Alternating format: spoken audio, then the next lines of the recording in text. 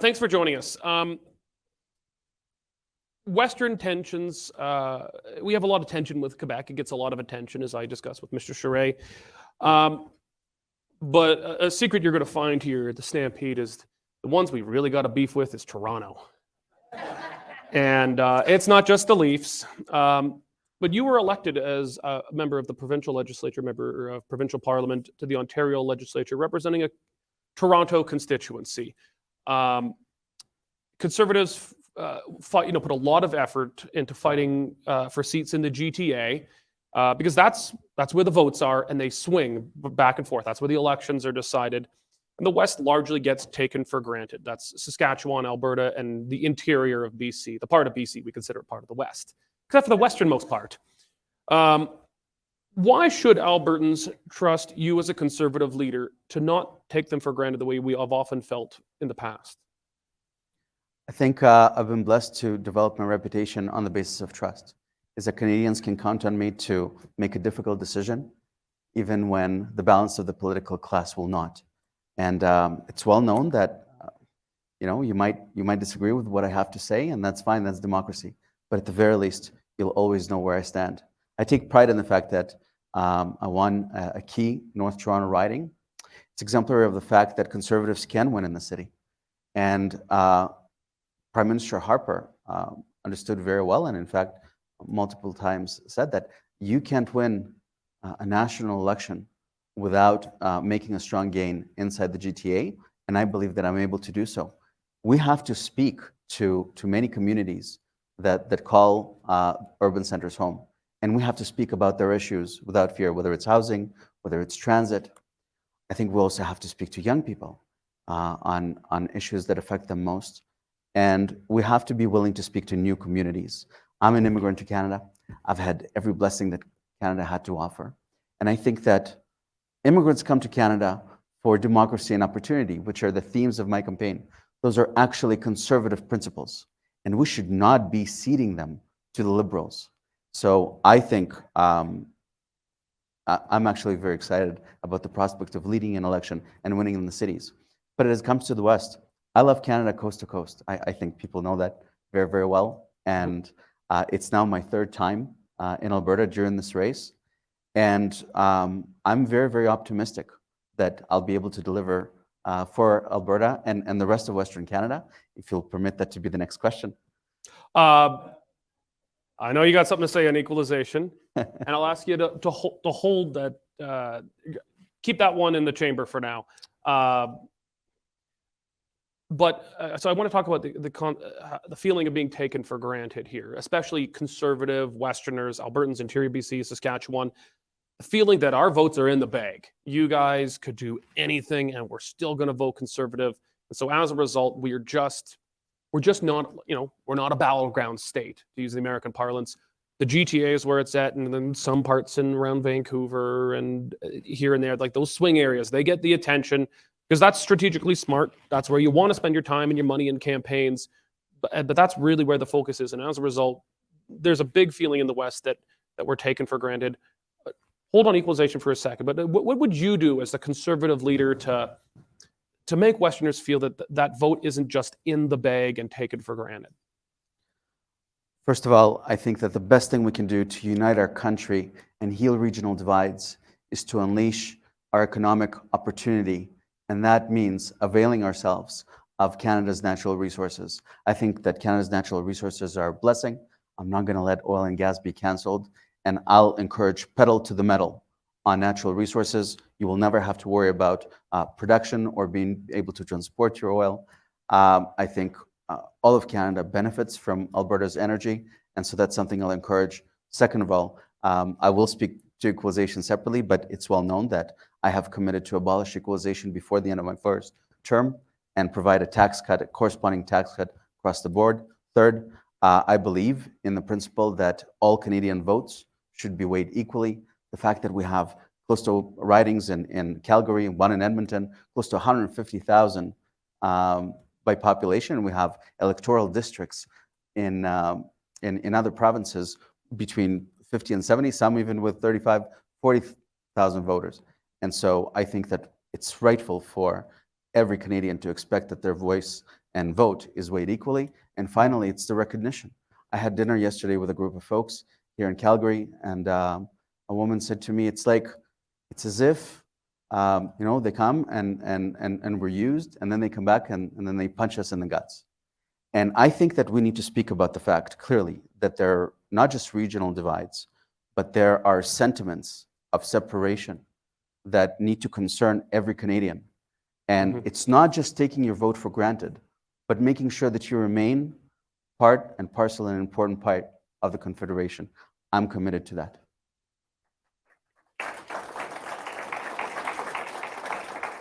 And actually, I'm going to come back to those feelings around secession in a bit, but I'm going to let you out of the gate now. I know what you want to talk about.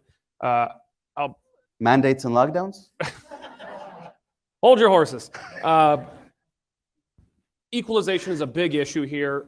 As I mentioned with Scott, Albertans held a referendum in the fall to abolish it, but it was like a tree falling in the forest. No one heard it. I think a lot of that was perhaps the provincial government was kind of consumed by internal political chaos and didn't really try to do much about it. It just didn't really have much political capital. But either way, Albertans expressed themselves in a referendum to remove equalization from the Constitution.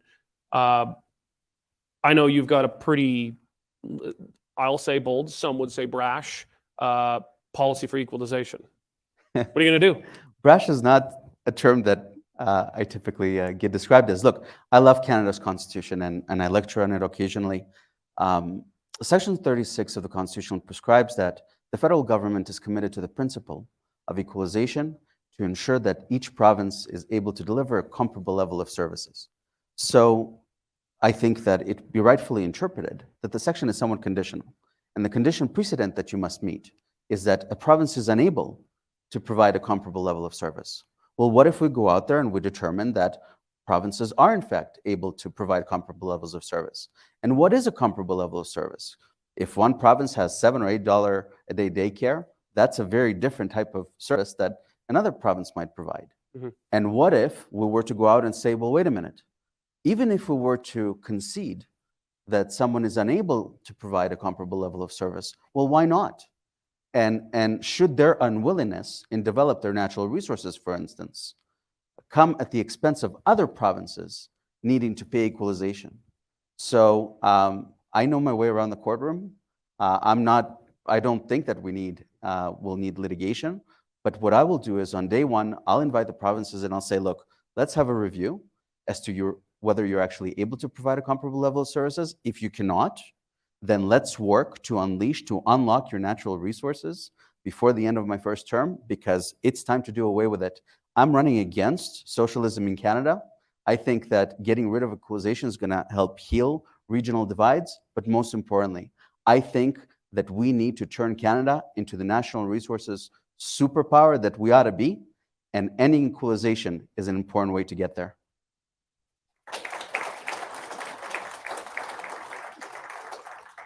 So let's go a bit beyond equalization is the one that gets a lot of attention, but it's not just that. A lot of the concern is around federal overreach in many things. Anger ranges from being able to keep more money, but putting up firewalls, demands, and to demands for outright independence among some. It depends which poll you're looking at. But last October, we commissioned Main Street to do a poll around support for independence. Support in Alberta for independence was at 40%. If combined with other Western provinces, it was up to 45%. Other provinces, other pollsters have put it lower. I think it depends if you call it independence or separatism. I think it's like calling someone newly single or divorced. It's the same thing, but has a different connotation. So it depends how you ask the question. Either way, there is a significant minority of Albertans who are moving from the West wants in to the West wants out. Beyond your proposal to abolish equalization, what would you do to ensure that the West is in and wants to stay in? Look, offering a meaningful national conversation. As I've said before, I think many folks, especially in Ottawa, do not appreciate that there is life outside of Quebec and Ontario. And I think it's time for us not to just recognize that there's so much strength in our diversity, but also in the fact that we need our country together and united. We're facing unprecedented challenges around the world, and this would be devastating for Canada to suffer any type of exit. And so beyond equalization, I will certainly look at the representation formula. I think it needs to be simplified considerably. I read a lot of text, and I'm having difficulty consuming that text. The only exception I would make is maybe for provinces and territories.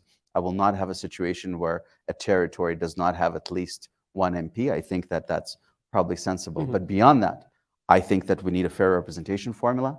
As I said, natural resources is a gateway, but also I think in the last couple of years, and people know that I've been very passionate about what's been happening to our country vis-a-vis the division that the Prime Minister has been peddling.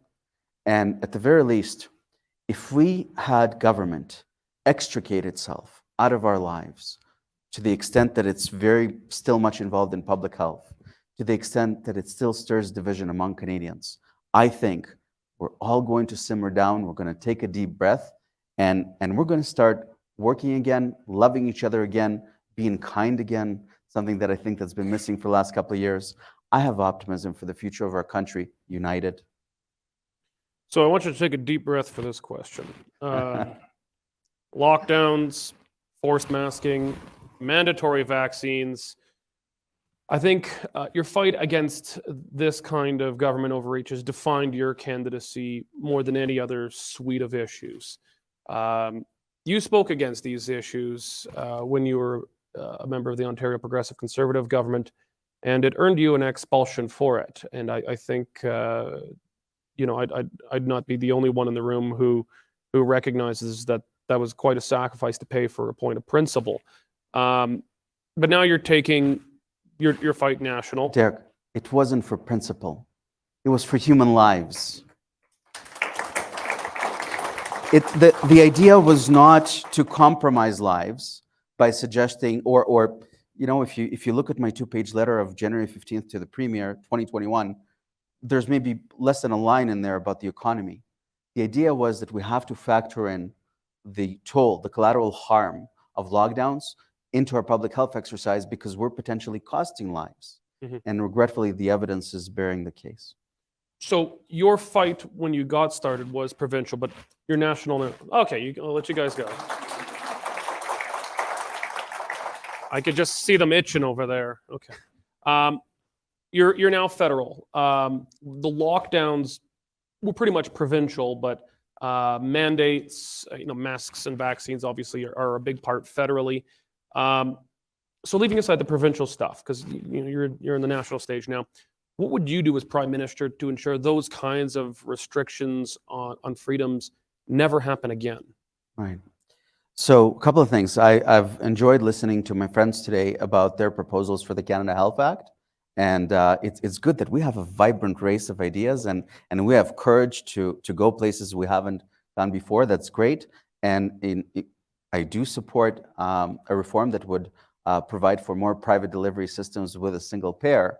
But at the same time, I will also amend the Canada Health Act to provide that we can never have discrimination against a Canadian because of their medical status, ever. I would think, but beyond that, the fight has not just been about mandates and choice and lockdowns. It's been about the culture, in fact, the political correctness, the radical cancel culture that precipitated this public health exercise. And part of it was foreclosing on discussion, right? You can't just tap your chest and yell freedom. And to those that try to make this argument as simplistic as freedom versus mandates or freedom versus health, that respectfully, I don't think is the right prism. I would propose that we're sensible people and intelligent, and we can have a conversation if conversation is permitted. Freedom is not absolute. Liberty is prescribed in Section 7, but we still incarcerate people if we believe that democratically established principles warrant so. So I didn't say we have to fight for freedom. I said it's up to government the government carries the burden if it's going to engage in this remarkable action of foreclosing on our freedoms. And I don't believe that the case actually warrants so. We knew very early on that 80% of the risk is in long-term care homes. We knew that the virus is considerably more transmissible, making some of the metrics that we're worried about, like hospitalization and death, considerably lower. Let's reassess the risk. Instead, we continue to operate as if we're still stuck in March or April 2020. And so once we actually look at some of the metrics and appreciate what we've learned, thankfully, then there was no reason to engage in this remarkable public health exercise that was so devastating and will be devastating, I think, for generations, especially on our children who will regress considerably. So that brings me back to your question on democracy, which is allow for discussion. And that means I will eliminate all the preconditions that precipitated what had transpired. And that is the limit on our ability to communicate, whether it's in Parliament. I suffered from a deficit of democracy in Parliament, our ability to communicate on social media. I will enter into an arrangement with social media giants to ensure that we're not going to be abridging the right of Canadians to free speech online. I will protect regulated professionals, certainly federal ones, and through agreement with the provinces. And I will ensure that we have free and independent media, because you can't have free and independent media when the government signs the media's paycheck. So let me ask this next question. This Sure. is, see I how, apologize. I'm happy with my segues here. Freedom has been a major theme of your campaign. And so I want to talk about freedom of the press and freedom of expression. Yeah. The federal government now subsidizes nearly the entire Canadian media. They can pull, it means now that they're essentially licensing media, going through their content, saying, are you good media, are you bad media? And the government can pull your funding at any time. And, I think a lot of journalists who are in that media, they're doing their bests. But there's got to be, at least in more of the business side and the publishers, there's got to be that sort of Damocles hanging over them that if they cross some line, the government's going to pull their funding and they're in trouble. And I think that's got clear and obvious consequences. We've now got the Online News Act, forcibly, force certain ranking of government-approved news sources, the Online Harms Act, censoring users, the Online Streaming Act to create taxes on independent content creators to redistribute it to big ones to create CanCon that no one will probably watch. It's a large suite of legislation, and I know it's a lot to take in. But if you're Prime Minister, what would be the fate of these bills and the media bailout? I will defund and I'll spin off CBC by lunchtime. That's easy.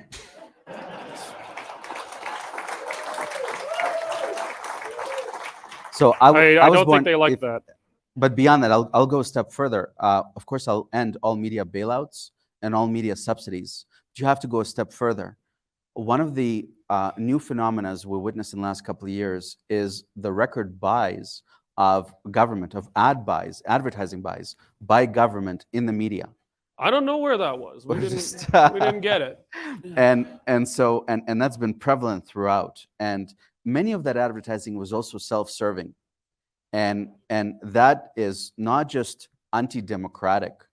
I think it's just shameful that we would spend taxpayer money to promote our own government agenda. So I'm going to limit and end, if I may. So as you said, I was born in the former Soviet Union. I still remember there's a newspaper called Pravda, and Pravda means truth, which ironic in and of itself. So they would plaster Pravda all over. And essentially, it was a machine for government talking points. And that's what we've been witnessing in the last couple of years. That's why we're in this mess right now. There is no democracy without free and independent media. I'm committed to restoring democracy in our country.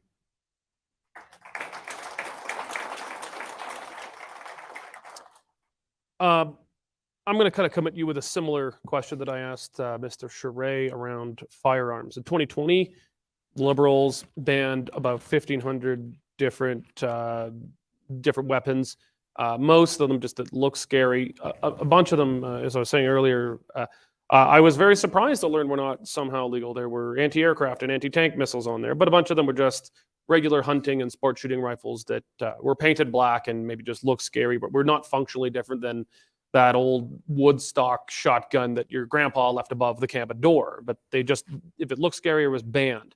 And now we've got pending federal legislation that the Liberals have promised it's going to come in the fall. It's obviously going to pass with support of the NDP that will ban the sale and transfer of handguns.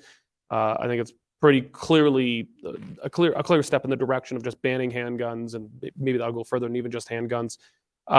If you're prime minister, is there any part of that you would not roll back? I'll roll back all of it.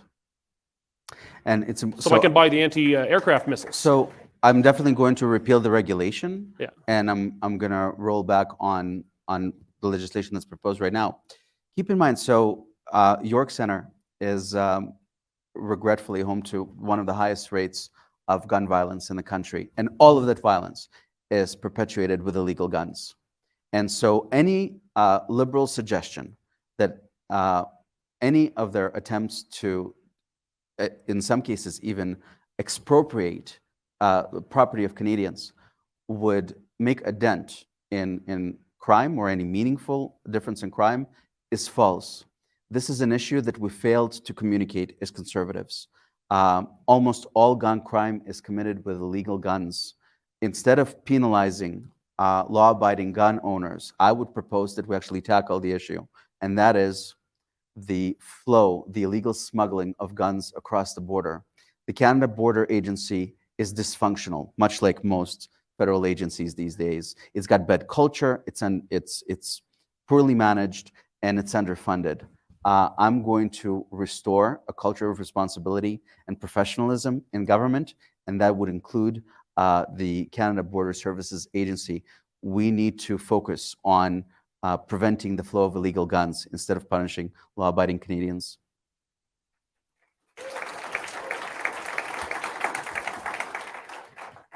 Let's talk a little bit about the Senate, as I've talked with some of the other candidates. We have these things in Alberta we call Senate elections to elect senators in waiting. I think it's the only election in Canada that doesn't actually get you anything.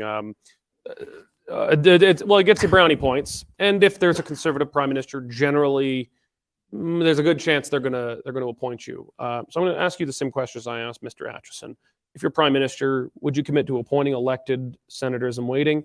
And second, would you entertain any kind of broader constitutional reform that would see changes to the Senate? Again, Alberta has a greater population than all 4 Atlantic provinces combined, quite a bit more. But we have just over half the senators of New Brunswick by itself, or Nova Scotia by itself. It is, it's not just not representation by population. It is, there is no logical rhyme or reason to it. So that's a 2-part question. Yes, to the first part. I'll absolutely respect Alberta's desire to put forth elected senators. But at the same time, Derek, and I think most voters know that I say it like it is, or at least the way I perceive it. And I'm not sure that there's appetite in Canada for constitutional reform, especially given how divided we are as a nation these days, as you need very, very broad consensus. That doesn't mean that I'm not going to have a conversation. I was so pleasantly surprised towards the end of February, where on the Tuesday or a Wednesday, the invocation of the Emergencies Act was on Monday, after the alleged emergency was behind us. And of course, I'm of a very strong view that it was an unlawful invocation of emergencies.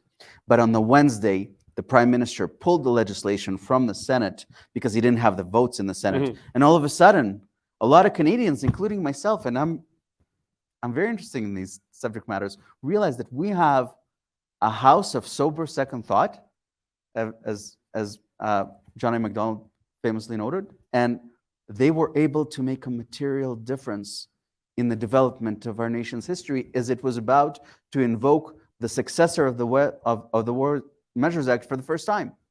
So I think that there may be a greater role for the Senate to play. This is regretfully probably more of an academic discussion, which I enjoy very much, but I'd like to have a look at it.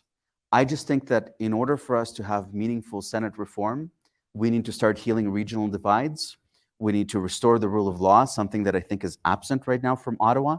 I think we need to reframe the conversation. Like Scott said, if there was just one area of disagreement I'd have with Jean today, is that I don't think that we need a special deal. We're all Canadian. I think it's time to start treating provinces equally. Equalization comes to mind, or the lack thereof. I'd like to have a look at Senate reform, if possible, recognizing that it's very, very difficult. I don't know if it was Sir John A. Macdonald who coined the frame House of Sober Second Thought, but if so, it's deliciously ironic that he would talk about it being sober.